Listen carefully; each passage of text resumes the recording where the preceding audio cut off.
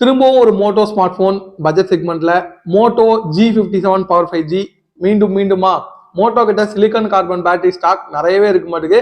அதனால ஒரு பெரிய பேட்டரியை போட்டு கூட பவர்னு பேரை சேர்த்துக்கிட்டு போனை லான்ச் பண்றாங்க.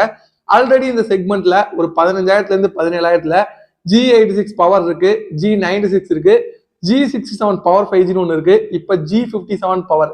இந்த ரெண்டு போனுக்கும் பெரிய வித்தியாசம் வந்து கிடையாது, கிட்டத்தட்ட எல்லாமே ஒண்ணுதான்.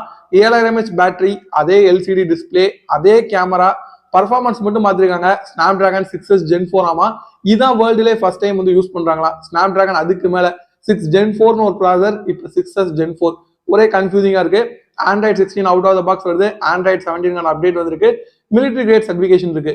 இண்டிவிஜுவலா பார்க்கும்போது ஓரளவுக்கு ஓகேவான ஸ்மார்ட் போன் தான். பட் ஆனா ஒரே செக்மெண்ட்ல நான் ஒரு 2000 ரூபாய் அதிகம் போட்டா G86 பவரே என்னால பர்ச்சேஸ் பண்ண முடியும். ஸோ அப்படி இருக்கும்போது இந்த மாதிரி போன் லான்ச் பண்ணும்போது ஆல்ரெடி வாங்கின போனோட வேல்யூஸ் வந்து ரொம்ப டிராப் ஆகுங்கிறது என்னோட ஒப்பீனியன். இதை பத்தி உங்க ஒப்பீனியனை கமெண்ட்ல வந்து லீவ் பண்ணுங்க. இந்த போன் நீங்க கன்சிடர் பண்ணுவீங்களா, வாங்குவீங்களா, அதையும் வந்து சொல்லுங்க. ஷார்ட்ஸ் பிடிச்சா லைக் பண்ணுங்க, சேனலுக்கு மறக்காம சப்ஸ்கிரைப் பண்ணிருங்க.